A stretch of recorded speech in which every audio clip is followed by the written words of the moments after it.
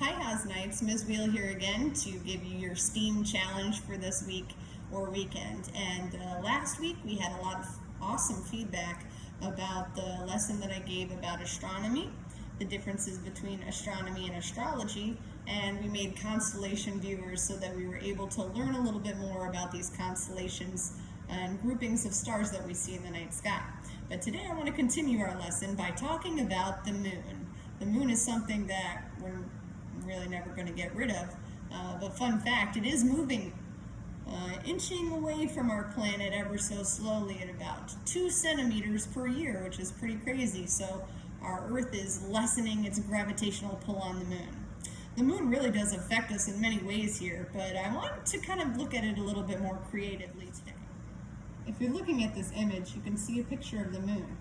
Did you actually know that we've actually named topographical locations on the moon, just like we name topographical locations here on our planet? And by that I mean we have mountains, we have valleys, we have rivers and seas, and they all have different names. But did you know that we've actually named the kind of gullies and mountains and valleys on the moon? Here's an example of a few of them. I thought this was pretty interesting that in the lower elevated locations, they actually call them seas. Almost like we have seas here, but, well, ours are actually filled with water. Either way, I thought that that was pretty cool. In different ancient cultures, sometimes people believe that they have seen images inside the moon. Probably one that you're most familiar with is probably the man in the moon. Tell me, when you look at an image of the moon, what do you see? There's a very famous Chinese myth about a woman who lives on the moon.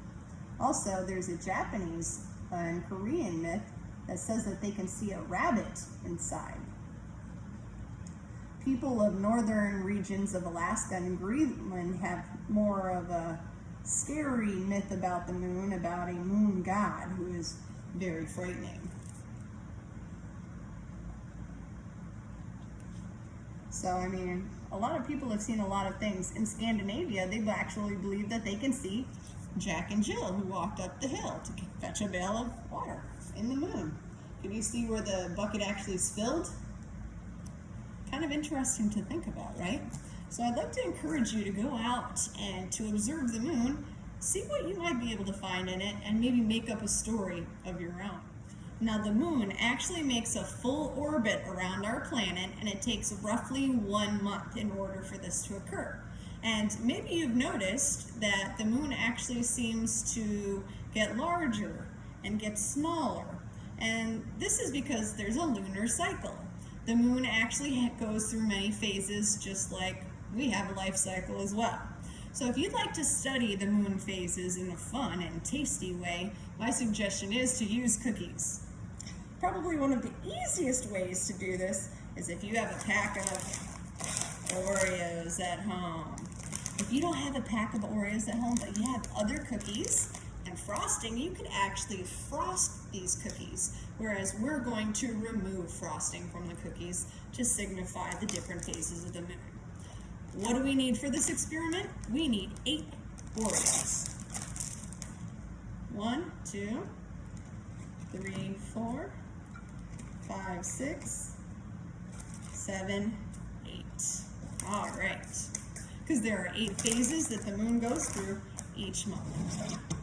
Okay? So the other thing that you're going to need is a popsicle stick, probably is the safest thing to use, or another tool for scraping frosting. Since I'm an adult and I don't need supervision, I'm going to use a knife. And you might be able to use a knife too, but make sure you do it with mom or dad or an adult nearby. Okay?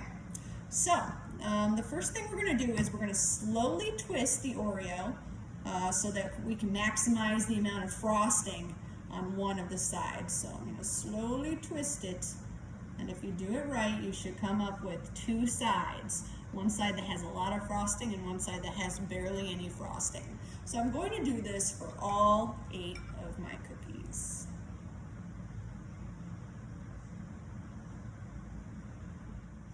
Alright, so once you've separated all the non-frosted side from the frosted sides, you can take those non-frosted sides and kind of push them away for now. They're really great with milk later, okay? but we're going to focus on these frosted sides. So we're going to look at this and the frosting as what sort of part of the moon would actually be visible at what time of the month, okay? So the first one we're going to do is going to be the easiest one, and that is the full moon. The moon is all the way full, super bright, just like that. So I'm going to put that at our fifth phase, okay? So first what happens once we have the full moon is the moon will slowly start to disappear, little by little by little, each and every day. So my next one, what I'm going to do is just carve off just a little chunk of the moon, and I'm going to scrape that away. Make sure to be nice and delicate so that you don't break your cookie, okay? So as you can see, we're missing just half of the left side, but the moon is still mostly lit, okay? And what I can do actually is I can take that leftovers and rub it on some of those other cookies that don't have any frosting on them, okay? All right, so after what we call the waning gibbous phase, all right, we're going to go into what we call the third quarter moon or half moon. So this one I'm just going to gently press in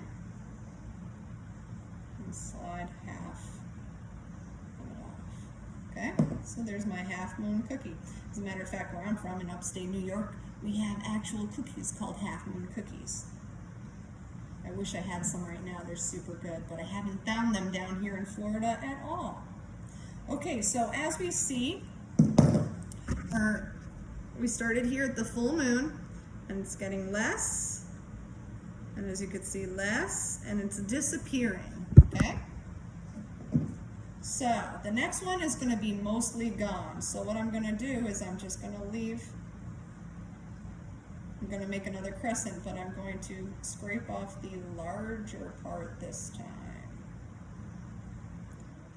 So as you can see, now we just see just a little sliver of the moon, right? Just a little smiley face.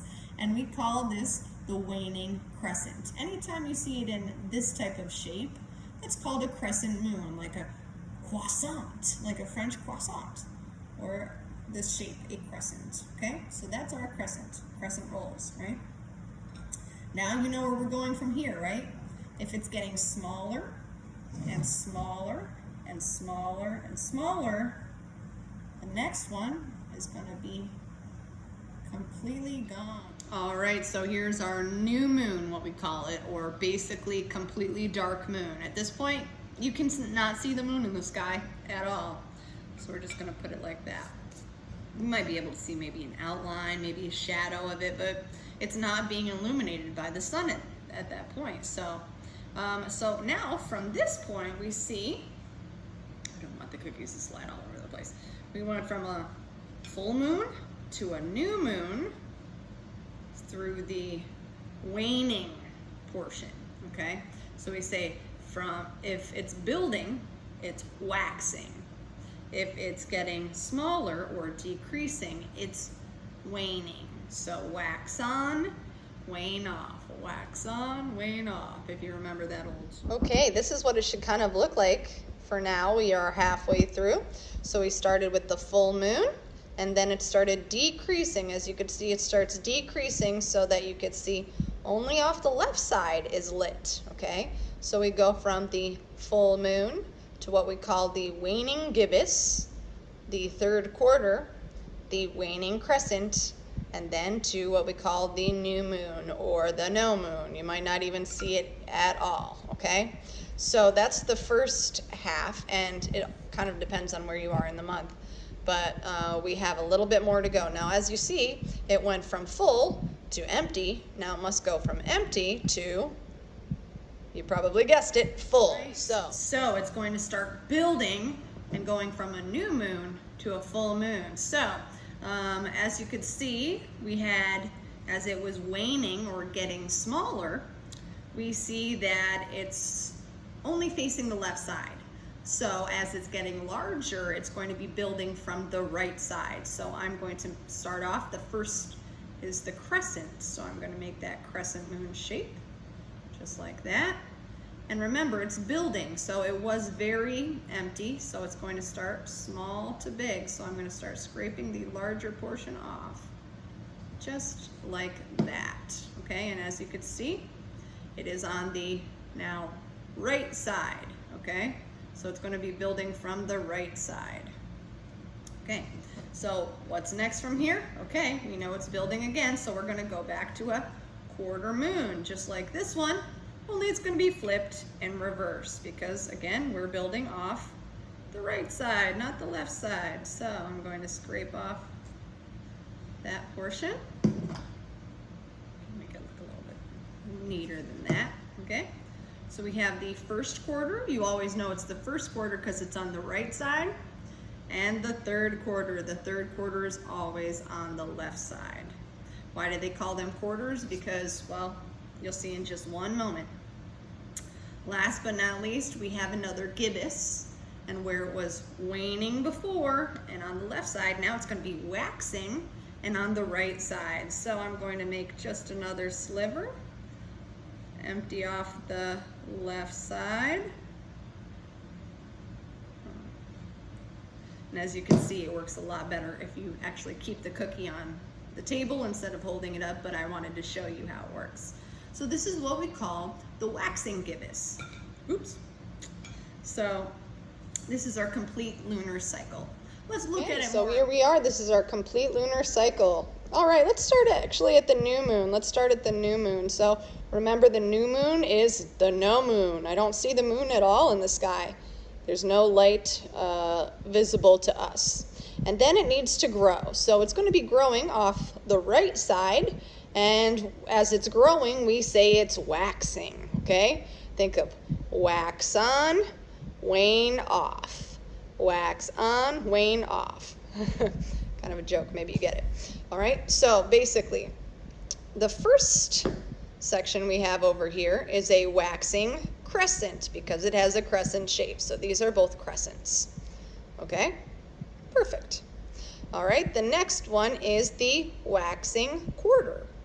These are both quarters. As you can see, they're actually halves, but we call them quarters because if you look at the full moon, new moon, this is quarter of the way through the entire cycle, okay? 4 quarters and $1, so quarter of the way through, all right? Then we have our waxing gibbous. Now, the gibbous means mostly full, okay? So as you can see, those are both gibbous.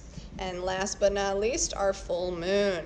Okay, so we just waxed on. Now let's wane off. So from the full moon, pardon me, we go to a waning gibbous, waning still to our third quarter, waning still to our waning crescent, and ending back with the new moon. And this cycle repeats over and over and over and over. So if you spend each day looking at the moon for just a little bit of time, you will actually see over the course of 1 month the moon growing or waxing, and then the moon reaching its absolute full moon maximum, and then waning or getting smaller until it reaches what we call the new moon, where you can't see it at all. I encourage you, maybe over the next month, if you're bored, to be checking it out because I think we all have a window. So I encourage you to try this experiment. Again, like I said, if you don't have Oreos, instead of taking off, you can always, add frosting onto cupcake, cookies, or things like that. But either way, it's a great, sweet way to teach yourself a little bit about the moon phases. Bye.